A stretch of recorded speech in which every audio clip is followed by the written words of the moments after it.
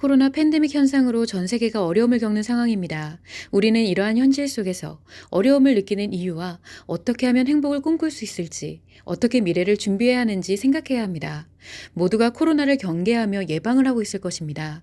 주변에는 자가격리된 사람들이 있을 것이고, 직업과 생계에 문제가 생겨 어려움을 겪는 사람들도 있을 것입니다. 뿐만 아니라 단절되는 인간관계와 불확실한 미래로 인해 어려움을 겪는 사람들도 많습니다. 코로나 블루나 코로나 레드와 같은 신조어가 생길 만큼 모두가 심리적인 어려움을 겪고 있는 현실입니다. 격리된다는 것은 인간관계의 단절을 의미하는데, 이로 인한 어려움이 크다고 하더라도 바이러스의 전염과 확산을 방지하기 위해서는 자신과 다른 사람들을 위하여 격리를 따를 수밖에 없습니다. 또한 대면 활동에 제약을 받게 되면서 경제적으로 많은 손해를 입을 수밖에 없습니다. 이 모든 상황이 복합적으로 발생하고 있지만, 이런 과정에서도 타인의 피해를 고려하지 않고 자신만을 위하여 살아가는 사람들도 있습니다. 이들은 인간관계를 살고 있는 것이 아니라 인간의 탈을 쓴 채로 자신의 목적을 위해서만 사는 사람들입니다. 이를 제외한 대부분의 사람들은 서로의 공생을 위해 어려움을 감수하며 힘든 시간을 버텨갑니다. 그렇다면 우리는 이 어려움을 어떻게 대처하고 극복해 나갈 수 있을까요? 많은 사람들이 코로나 팬데믹이 종식되어 원래의 일상생활로 돌아가면 어려움이 해결될 것으로 생각을 합니다.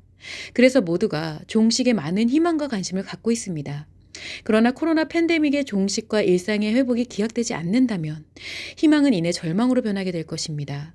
이처럼 희망이 없이 절망을 갖게 된다면 격리나 경제적, 심리적 어려움 등에 대해서는 더 이상 어려움을 논할 수만은 없게 됩니다. 따라서 우리는 아직 희망을 갖고 있는 상황에서 어려움에 대한 대처와 극복의 방법을 생각해야 합니다. 대처를 하기 위해서는 먼저 자신이 처한 상황을 정확히 분석하고, 무엇에 대한 대처를 해야 하는지를 정확하게 알고 자신의 상황에 대해 구체적으로 직시할 수 있어야 합니다. 무엇 때문에 어려움을 겪고 있나요? 격리의 문제인지, 경제적인 문제인지, 심리적인 문제인지를 알아야 합니다. 이는 자신을 기준으로 생각해야 하는 것입니다. 어려움의 이유를 분석하게 되면 어려움을 극복하고자 하는 자신의 욕구를 발견할 수 있습니다. 어려움이 강해질수록 욕구는 강해지는데, 욕구가 강해지면 자신을 자책하거나 타인과 환경에 대해 원망으로 이어집니다. 이것은 악순환의 구조를 형성하기 때문에 자책이나 원망을 할수록 욕구는 더 강해지고, 욕구가 더 강해지면 더욱 큰 어려움을 느끼게 됩니다. 그렇다고 해서 현실의 어려움이 해결되지는 않습니다. 그래서 결국 자신과의 싸움인 것입니다.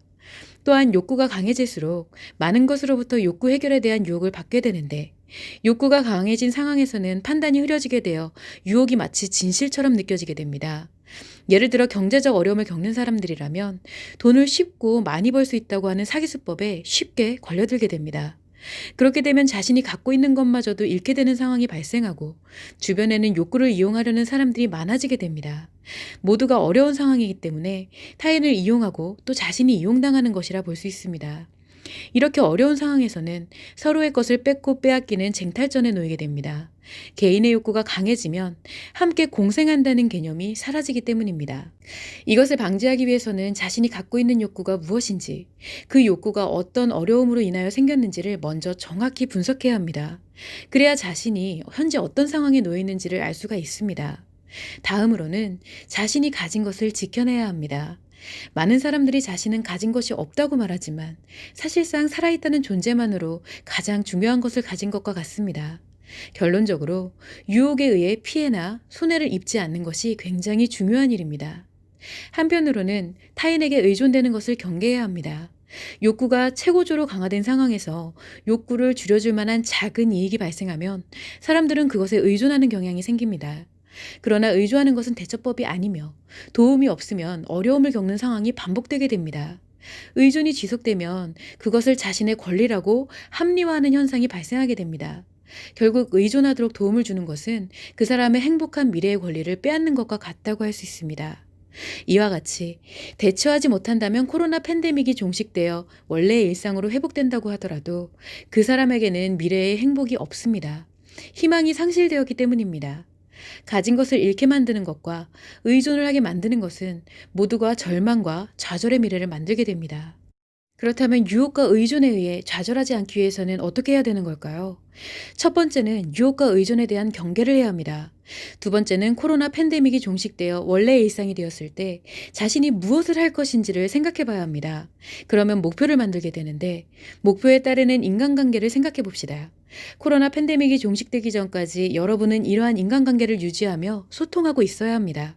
대면이 아닌 비대면이라도 다양한 방법으로 소통하고 인간관계를 유지할 수 있어야 하는 것입니다. 세 번째는 가족과 같은 친밀한 인간관계에 대해서 단순한 소통이 아닌 많은 대화를 나눌 수 있어야 합니다. 함께 행복하게 살아가야 하기 때문에 가족 구성원 중 한 명이라도 좌절을 하게 되면 남은 가족 구성원이 그 사람을 책임져야 하는 결과가 발생을 합니다. 그래서 자신의 목표를 공유하면서 서로 응원하고 격려하는 것이 필요합니다. 네 번째는 위기를 기회로 삼는 시간을 갖도록 해야 합니다. 자신의 경험과 지식, 그리고 타인의 경험과 지식을 학습하여 미래에 대한 계획을 수립하다 보면 자책과 원망에 대한 부정적인 생각을 대체할 수 있게 됩니다. 이렇게 희망을 유지하면서 미래를 위한 자신을 만들어가는 것이 중요합니다. 즉, 위기로 쓰러지는 좌절이 아니라 미래를 준비하는 소중한 기회로 만드는 것입니다. 이처럼 슬기롭게 위기를 대처하고 극복하게 되면 미래에서 현재를 회상하며 미소를 지을 날이 옵니다. 노력 없는 미래는 없습니다. 스스로 노력하지 않고 욕구에 의해 유혹에 빠져들거나 의존을 권리로 착각하는 인생은 더 이상 인간으로서 다른 사람과 함께 살아갈 수 없게 되는 것일 뿐입니다.